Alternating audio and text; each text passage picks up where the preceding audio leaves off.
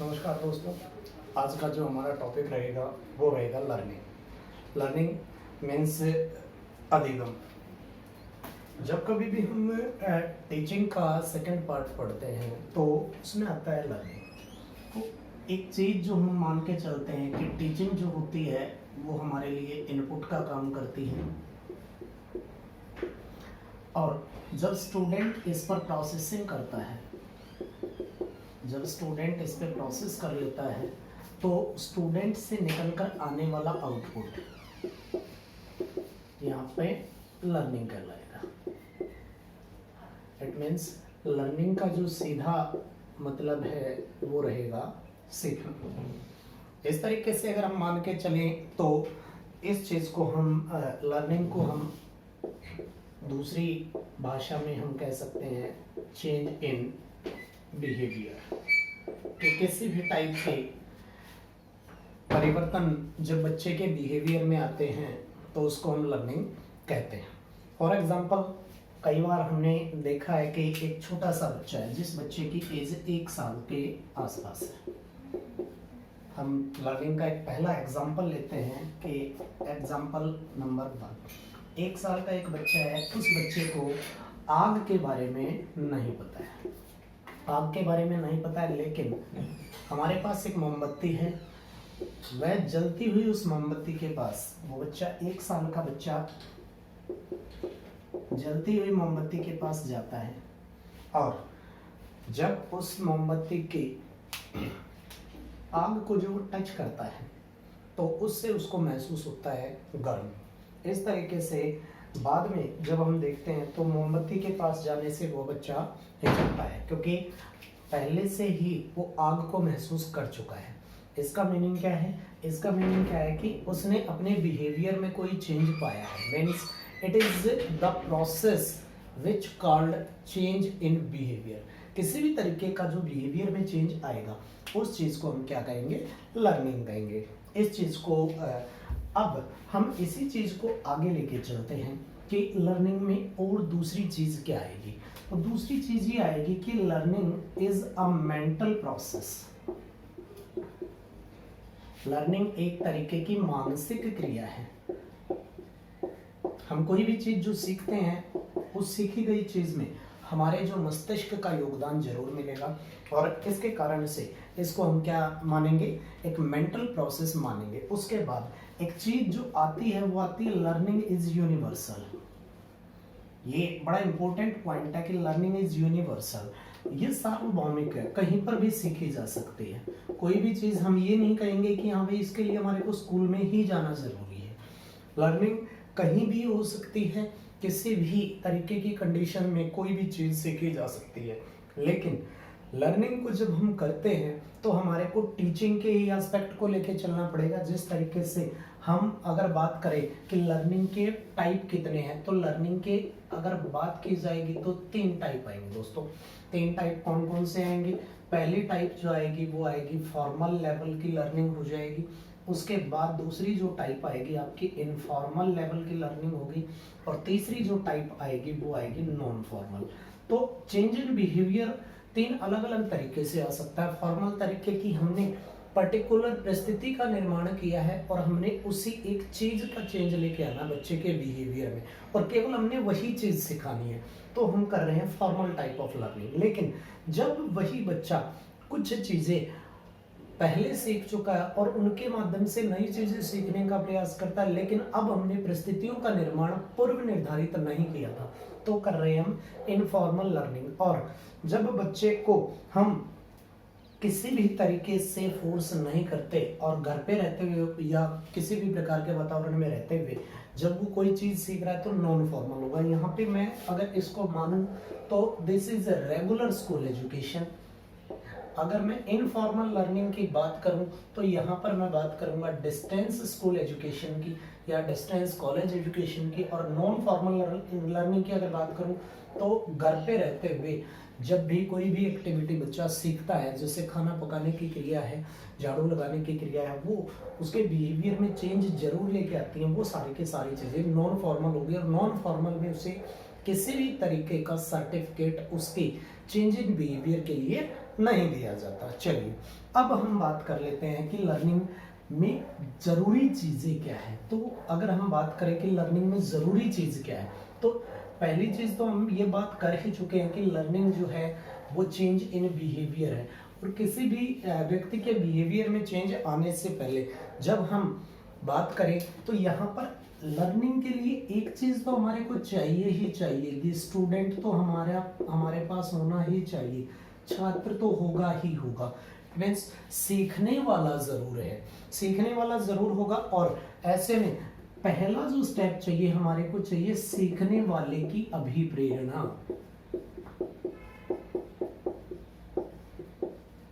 Learning के लिए जो पहली शर्त है, पहली कंडीशन है, यहाँ पर अगर हम बात कर रहे हैं तो हम बात करें कंडीशंस ऑफ लर्निंग की। क्या क्या कंडीशन चाहिए लर्निंग के लिए?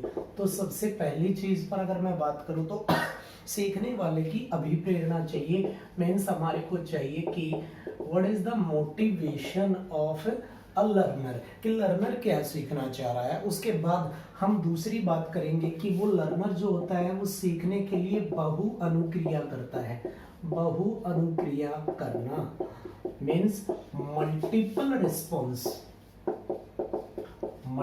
रिस्पॉन्स करेगा और मल्टीपल रिस्पॉन्स से वो फिर उस रिस्पॉन्स को चुनने की कोशिश करता है जो रिस्पॉन्स उसके लिए बेस्ट रहा है। और तीसरी चीजें, अब यहाँ पर मल्टीपल रिस्पॉन्स में एक बात आप ध्यान रखेंगे, थॉर्नडाइक का नियम यहाँ पे लागू होगा प्रयास व त्रुटि का। बार बार वो प्रयास करता रहेगा तो उसकी गलतियों की संख्या कम होती चली जाती है और पहले की बजाय वो अब काम करने में समय भी कम लेता है। तो वो चीज हम बाद में करेंगे। तो यहाँ पर सिर्फ आप इतना ही समझे कि मल्टीपल रिस्पॉन्स का काम करना वो शुरू कर देता है। अब तीसरी चीज जो हम यहाँ पर बात करेंगे, तीसरी चीज यहाँ पर जो आएगी वो आएगी पुनर्वलन। अब बच्चे ने मल्टीपल रिस्पॉन्स किया तो आपको बच्चे को रीइंफोर्समेंट भी देना है। रीइंफोर्समेंट अगर उसको मिलता रहेगा तो वो जरूर करेगा। फॉर एग्जाम्पल इस पे हम बात करेंगे कि एग्जाम्पल किस तरीके आएगा तो वो भी हम बात करेंगे। और चौथी चीज यहाँ पर जो वो करेगा अभ्यास। और अभ्यास के बाद एक्सरसाइज के बाद उसके बिहेवियर में चेंज आएगा और जो स्टेप कंप्लीट होगा वो स्टेप कंप्लीट हो जाएगा लर्निंग। तो इसके लिए एग्जाम्पल की बात करते हैं हम। एक 8 से 9 माह के बालक की बात करते हैं। 8 से 9 माह की आयु में हम इस एज की बात करेंगे 8 to 9 मंथ। एक बच्चे की 8 से 9 महीने की आयु में जब हम देखते हैं कि वो कोशिश करता है कुछ बड़बड़ाने की, कोई भी जो लैंग्वेज है उसको बड़बड़ाने की कोशिश करता है। उस बड़बड़ाने की कोशिश में उसके पास मोटिवेशन है, क्योंकि हम लोग भी उत्साहित होते हैं कि हाँ भाई ये बच्चा अब हमारे से कुछ बोलेगा। तो यहाँ पर वो कर रहा है बड़बड़ाने की कोशिश, बबलिंग के लिए बड़बड़ाने का प्रयास, और उससे उसको हम मोटिवेट कर रहे हैं कि हाँ आप ये क्रिया करो।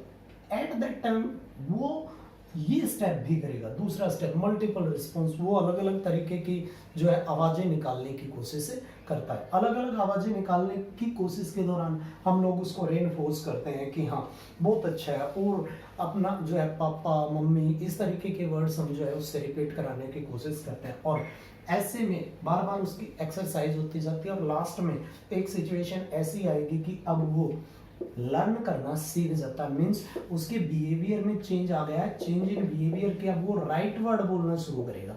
और इस चीज को, इस चेंज इन बिहेवियर को इन 4 स्टेप से गुजरने के बाद जो चीज बोली जाएगी वो चीज बोली जाएगी दोस्तों लर्निंग। मतलब पहले मोटिवेशन होना जरूरी है, उसके बाद मल्टीपल रिस्पॉन्स आएंगे, मल्टीपल रिस्पॉन्स के बाद रेनफोर्समेंट मिलेगा और उसके बाद एक्सरसाइज करेगा तो वो चीज हो जाएगी लर्निंग। इट मीन्स अगर हम पूरी की पूरी लर्निंग को देखें तो पूरी की पूरी लर्निंग का जो सीधे का सीधा मतलब है वो चेंज इन बिहेवियर है। तो अलग अलग टाइप की जो डेफिनेशन आती है, मैं पहले 2 से 3 डेफिनेशन पे बात करूंगा और 2 से 3 डेफिनेशन के बाद हम बात करेंगे what are the characteristics of learning, कि लर्निंग की जो विशेषताएं हैं वो क्या क्या रहेंगी। तो सबसे पहली जो लर्निंग की डेफिनेशन है वो है गेट्स की। गेट्स ने लर्निंग के लिए डेफिनेशन दी है कि learning is a change in behaviour. Learning is a change in behavior with the help of, यहां पे दो चीजें बोल रहे हैं वो कि with the help of experience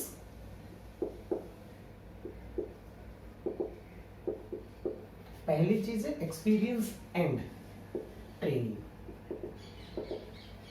कि यहाँ पर गेट्स के अकॉर्डिंग जो बात है वो बात क्या है, चेंज इन बिहेवियर तो आप कंफर्म रखें कि किसी भी तरीके का परिवर्तन, यहाँ पे मैंने ये नहीं बोला है कि परमानेंट चेंज की बात मैं नहीं बोल रहा हूँ, मैंने बोला है change in behaviour, it can be temporary और मे बी परमानेंट।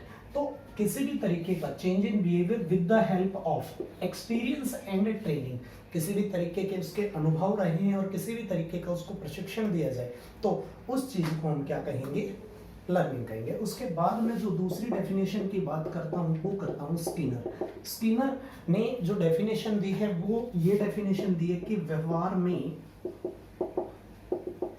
उत्तरोत्तर अनुकूलन ही अधिगम है। उत्तरोत्तर इस वर्ड को अगर क्लियर करेंगे तो ये रहेगा रेगुलर, और अनुकूलन आप लोग जो है पहले से ही जानते हैं कि एकोमोडेशन। तो बिहेवियर में जो चेंज है वो चेंज तो रहना ही रहना है, लगातार जो चेंज आते रहते हैं उस चीज को हम क्या कहेंगे, अधिगम कहेंगे। इसी तरीके से वुडवर्थ कहते हैं कि नए ज्ञान और अनुक्रियाओं के साथ होने वाले जो प्रक्रिया है, नए ज्ञान को प्राप्त करने के लिए जो भी हम चेंज लेकर आते हैं वो सारे के सारे चेंज हमारे क्या कहलाएंगे, वो सारे के सारे चेंज हमारे अधिगम कहलाते हैं। तो इस तरीके आप डिफरेंट टाइप की जो है डेफिनेशन ले सकते हो। डिफरेंट टाइप के डेफिनेशन के साथ साथ अब हम बात कर लेते हैं कि लर्निंग की विशेषताएं क्या होती हैं। और मैं आपको ये चीज जरूर बोलना चाहूंगा कि वीडियो को लास्ट तक देखें, और लास्ट तक देखते हुए आप जो है बाद में कमेंट बॉक्स में अपने कमेंट्स भी छोड़ सकते हैं कि आपको किस चीज़ में प्रॉब्लम आ रही है और कौन कौन सी चीज़ें आपके लिए बेहतर होती जा रही हैं। तो अभी हम बात करते हैं लर्निंग की विशेषताओं की, कैरेक्टरिस्टिक्स क्या क्या है। तो कैरेक्टरिस्टिक्स की अगर मैं बात करूं तो सबसे पहला कैरेक्टरिस्टिक क्या होगा लर्निंग के लिए, पहला कैरेक्टरिस्टिक ये होगा कि ये जो पहला पॉइंट है ये चीज आप कहीं पे भी चेंज नहीं करेंगे, चेंज इन बिहेवियर, कि ये एक टाइप का चेंज है और वो बिहेवियर में है, वो कैन बी टेम्परेरी और कैन बी परमानेंट। उसके बाद यहाँ पर अगर हम बात करेंगे कि लर्निंग टीचिंग से अधिक स्थायी होती है, मीन्स परमानेंट होती है। अगर हम लर्निंग की बात करें तो ये जो भी हमारे बिहेवियर होते हैं उन बिहेवियर को देखते हुए जो है ये पहले की बजाय क्या होती है, बहुत ज़्यादा स्ट्रॉन्ग होती है, परमानेंट होती है उनकी पहले के अनुभव की अपेक्षा। उसके बाद यहाँ पर अगर हम तीसरा पॉइंट बात करें तो learning is a life long process. अगर मैं बात करूं कि लर्निंग क्या है तो लर्निंग एक लाइफ लॉन्ग प्रोसेस है, रेगुलर चलती रहती है और हम पूरी जिंदगी कोई ना कोई चीज़ें सीखते रहते हैं। उसके बाद अगर हम बात करें it is a universal process, ये यूनिवर्सल प्रोसेस है, सार्वभौमिक क्रिया है, मतलब पृथ्वी के किसी भी कोने पर चले जाएं तो आपको जो है लर्निंग मिलेगी पृथ्वी के किसी भी स्थान पर जाने के समय। उसके बाद अगर हम बात करें कि लर्निंग क्या है तो लर्निंग में अगर हम बात करें तो it is a result of teaching, ये टीचिंग का रिजल्ट है और मे बी नॉट। ये बात आप जरूर ध्यान रखेंगे कि जब टीचिंग होगी तो लर्निंग जरूर होगी।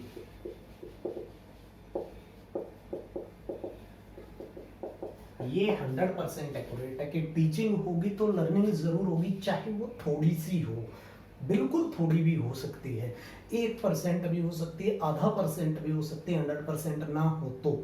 लेकिन लर्निंग हो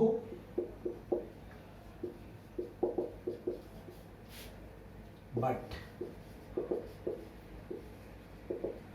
टीचिंग होना जरूरी नहीं। मीन्स इस पॉइंट को आप यहाँ पर क्लियर करेंगे कि लर्निंग हो सकती है, उसमें टीचिंग का होना जरूरी नहीं है। तो इस चीज को भी आप ध्यान रखेंगे। उसके बाद हम अगर बात करें तो यहाँ पर एक चीज और आती है कि जब हम कैरेक्टरिस्टिक्स के बारे में बात कर रहे हैं तो लर्निंग में एक वर्ड आता है, वो आता है ट्रांसफॉर्मेशन।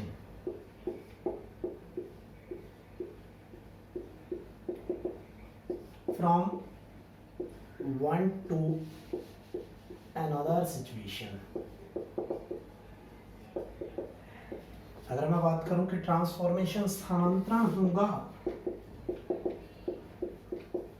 एक परिस्थिति से दूसरी परिस्थिति में स्थानांतरण जरूर होगा। मतलब पहले जो व्यवहार था उस व्यवहार से दूसरे प्रकार का व्यवहार जरूर आपको मिलेगा। उसके बाद लर्निंग हमारे को सहायता करती है समायोजन में। Means it help us in adjustment में सहायता करेगी, हेल्प करेगी हमारी। लर्निंग जो होगी, जब लर्निंग हम कर लेते हैं तो फिर हमारे को पहले वाली जो परिस्थितियां थी उनकी बजाय अब बेहतर व्यवहार करना हमारे को आ जाएगा। उसी तरीके से अगर हम लर्निंग की बात करें तो यहाँ पर ये जीवन लक्ष्यों में सहायता करती है। जीवन लक्ष्यों में सहायता, हमारी लाइफ के जो भी एम होते हैं उन एम के लिए हमारे लिए जरूरी है कि हम किसी न किसी प्रकार की लर्निंग जरूर कर लें। तो दोस्तों ये रहेंगी हमारी लर्निंग की महत्वपूर्ण विशेषताएं। इसके अलावा अधिगम उद्देश्यों की प्राप्ति के लिए सहायक है, वृद्धि और विकास में सहायता करती है। लर्निंग जो होती है वो चेंज इन बिहेवियर जरूर है। तो इस तरीके से हम लर्निंग के कैरेक्टरिस्टिक्स को कंप्लीट कर सकते हैं। अब बात की जाए कि क्वेश्चंस किस तरीके आते हैं, तो क्वेश्चन इस तरीके आते हैं कि अधिगम के संबंध में निम्नलिखित विशेषताओं पर ध्यान दीजिए, कौन सी एक विशेषता गलत है, कौन सी एक विशेषता सही है। इस तरीके के क्वेश्चन पुट किए जाते हैं और उनको पढ़ने के लिए आपके पास पॉइंट जो है आपके क्लियर होने जरूरी है। तो दोस्तों लगातार आप हमारे साथ बने रहें। नई नई ट्रिक्स भी मैं आप लोगों के लिए जो है लेकर आ रहा हूँ, मैथ्स के लिए और टीचिंग साइकोलॉजी के लिए। अभी साथ के साथ हम जो है पेडागोजी की भी क्लासेस शुरू करने वाले हैं। तो जो है आधार कोचिंग सेंटर सोनीपत का जो यूट्यूब चैनल है उसे सब्सक्राइब करें, लाइक करें और शेयर करें, और अपने जो कमेंट है कमेंट बॉक्स में जरूर डालते रहें। धन्यवाद।